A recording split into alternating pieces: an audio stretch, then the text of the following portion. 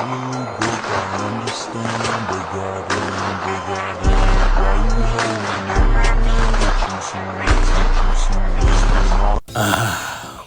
isn't this the matchup of glazers? Deku versus Jujutsu Kaisen. Now, before we get into the video, I just want to clarify one thing. He doesn't solo, and yet it's cause of Gojo. Why am I saying this so early into the video? I just really wanted to get this off my chest. I've been hearing so many people wilding about how he just one-shots and they don't even give an explanation. But the ones who do, just say that he warps physics and that's how.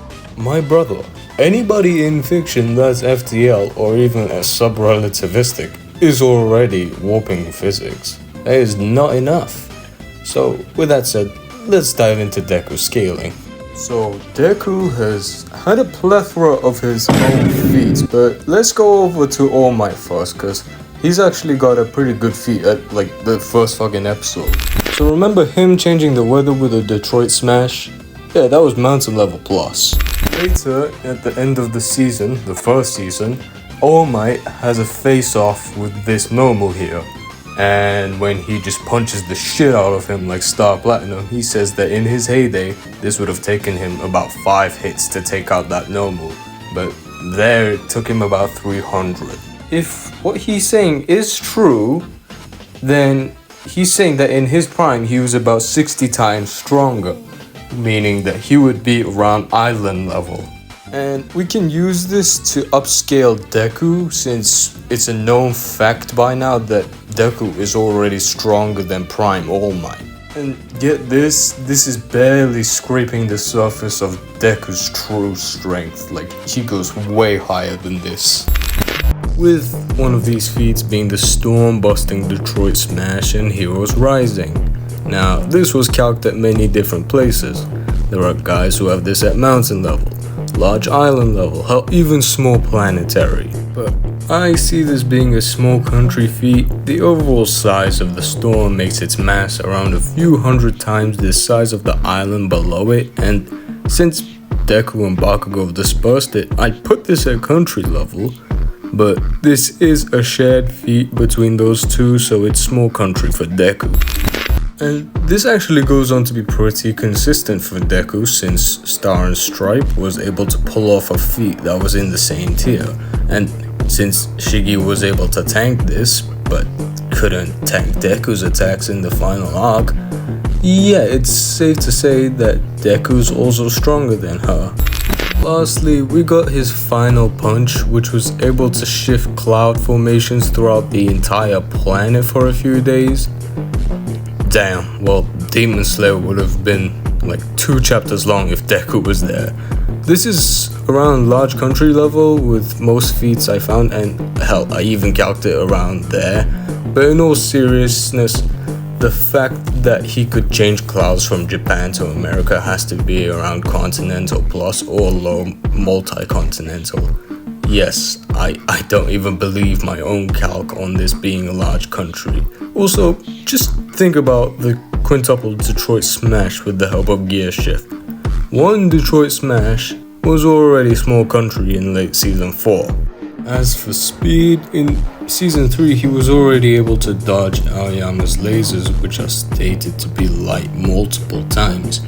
Even though, yes, you wouldn't be able to do whatever the Sigma Aoyama was doing here if it was pure light. He's able to warp reality with Far-Jin and Gear Shift as well, allowing him to ignore inertia. But I think it's also determined to him being able to warp reality because of the fact that he's going faster than light itself. Like, it is basic nature that you're breaking reality by going faster than light. Like, literally nothing except light can go faster than light because of mass. And yeah, while Deku is built like a oh shit. Hold up. Bro ain't cooked? The McDonald's worker got abs? Alright, but tell me this, Deku. Can you bench 225? I can, before meeting all the vestiges of One for All.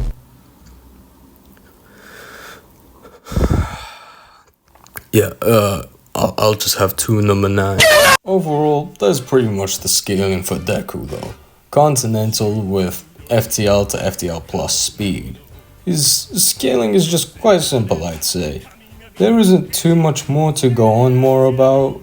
He's got a few quirks. As I mentioned, he's got gear shift, which pretty much lets him move without putting any physical force. Fajin lets him create more movement by kinetic energy. Smokescreen, well, is a quirk that can throw off his opponents with a large amount of smoke. So actually, if he's getting hit with the domain expansion, he could just hide his location and use Black Whip, aka not Spider-Man, to Nigirandayo out of that hole. Then Float is just whatever, just lets him fly. And Danger Sense lets him sense any attack that has malice behind it. And this is actually gonna be really useful, because with this he can detect domain expansions. He could just sense them before they are activated, which is pretty freaking cool. With that said, let's get to this matchup, and yes, there is gonna be verse equalization, or you just wouldn't be able to see cursed spirits. So most characters who aren't very hacks based are they're getting wiped off the face of the earth by Deku, in all honesty. Yuji, Sukuna, Hakari, Maki, and heck, if Gojo didn't always have Infinity on, Deku, he would just shit on him. The massive advantage Deku has is that no one in JJK doesn't really scale anywhere near to him in terms of AP or durability or speed. Like, the most you can get without highballing is Gojo's 200% Holo Purple to City level. Even if you want to upscale the verse with Dagon's domain expansion, which, let's be honest, I don't think is an acceptable feat, it would still only reach mountain level.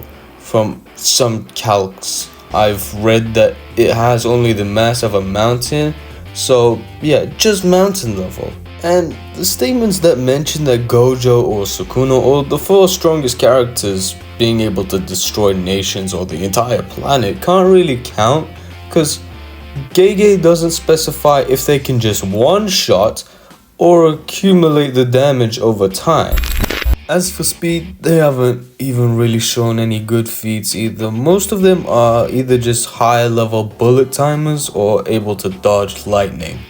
Sukuna dodging electromagnetic waves is also most likely not light speed, because firstly, electromagnetic waves only travel at light speed in a vacuum. Secondly, before Sukuna transformed into his full form or his true form, he got hit by Kashimo's lightning anyways. So the verse is mostly supersonic to high hypersonic. However, that's not to say that no one can beat Deku. In all regards, Toji is really smart, and if he does realize that Deku is like billions of times stronger than he is, I am sure that he would use the inverted Spear of Heaven, which could damage his hull, and heck, the same applies to Mahito, but we've seen the vestiges of One For All protect him from Shiggy taking his quirk, so I think Deku has some sort of soul protection. Although it's not super detailed and it's most likely on a lower level. But honestly, before Toji even cooks up a plan, I'm willing to bet he'll be up there with my GOAT. R.I.P. Akira Toriyama. But on to Mahito. This is a weird one because of Deku's soul protection. His danger sense will also easily let him have a leg up every single time Mahito tries to attack. It's basically a stalemate, which I so want to give to Deku because I hate fanboys, but Deku just doesn't have a way to hurt his soul unless he pulls off a miracle like Yuji did and adapts or something like that. Then I see him taking the dub, but other than that, Deku might actually be seeing his first loss here, which is insane considering the humongous gap in strength and speed. To top it all off, if Mahito just gets tired of his soul protection, he could use his domain expansion and possibly end him there. It's a weird one, and I'm gonna have to leave it at a stalemate that's in Mahito's favor, just because of pure hacks here, nothing else. Another character who can defeat him is Yuki, and yeah, it's because of the black hole, obviously. But I doubt she would use this on some harmless looking kid, to be honest. She's got the potential to put him down, but she'd be putting herself down at the same time, and if she does that, I don't really define that as a dub. We also got Mahoraga. He could just adapt to his powers and hell, possibly gain a quirk. Maybe one that's infinitely better than One for All. But holy crap, I think that would take too much time. He couldn't adapt for the life of himself while fighting Sukuna. So I don't see how he'll be able to adapt to Deku so quickly. Of course, Deku is probably gonna hold back and go about 30 or 45% full cowling on him. But that's 30 to 45% full cowling. In short words, large island level up AP against a city level ultimate lifeform cars faker. I'm not sure if Daddy Raga would be capable of tanking my favorite broccoli's attacks. Another person who might have a chance, although again not a good one, is Yuta.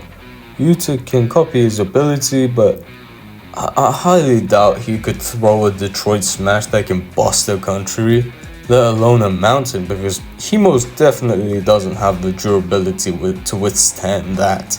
So basically, all of them in a 1v1 are getting washed. But what if it was a 1v all? Would the result be the same? Or would Deku actually be folded like these? Well, let's put the JJK verse at the highest then. Eyeballing them, yes. Mountain level and FTL, even if Dagon's shitting out that island and Kashimo shitting out a wave is easily debunkable. We gotta be generous in some regard. Well, the top tiers can at least barely keep up with Deku in the same speed category, but again, they lack the AP to even really put a dent on Deku. He's literally a human tank. There's nothing that they can do to stop him. They run away, Black Whip's just gonna grab them and squeeze them to death or something like that. They use a domain expansion in the midst of the activation, or while the user is saying the words to activate it, Deku just spawns in front of them like a fucking Enderman and swings an uppercut, launching them to the fucking moon, or he can just use the Goat Star technique and easily outrun it. They all try ganging up on him in every corner. Smokescreen's got him covered and he can make easy work from then on. In all honesty, this is a really spiteful matchup and would grant Deku the low diff dub. Unless we're including, and this is just a likely case in my research, he would low diff the verse, unless there is Mahito. But it's like only like a 1% chance more to Mahito's favor. It could really go either way. However, as I said it at the start of this video, he can't beat Gojo. But how is it that he can't beat Gojo but Sukuna can? Sukuna had Mahoraga let him adapt to Gojo's Infinity and let him find a technique that is able to make Infinity worthless. Yes, Deku is a pretty versatile fighter, but he just doesn't have any adaptability skills like Mahoraga, meaning he just can't bypass Infinity. Also, to those who believe Deku can bypass Infinity via gear shift, what the fuck, man? You do realize you're effectively saying that Deku is able to move at infinite speeds, right? Which is like not even fucking close to what he could ever achieve. Gojo's Infinity is essentially manipulating space so that it would slow someone down infinitely, always creating a continuous distance between an opponent and himself. Deku is FTL to FTL plus, but if his speed is divided by infinity, he just can't touch him. He would be immobile. Realistically, Gojo wouldn't be able to hurt him at all until he pulls out domain expansion and brain rots Deku's head, making him receive worse brain damage than Rocky and then just Zahandos him by hollow purple a few times.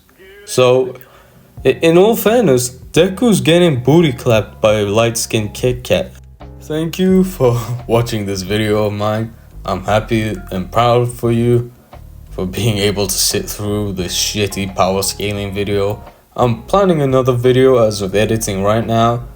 Also, thank you for the support on my edits. I actually didn't expect to get like any subs from them, but the fact that I did, it makes me feel great. So thank you very much, everyone.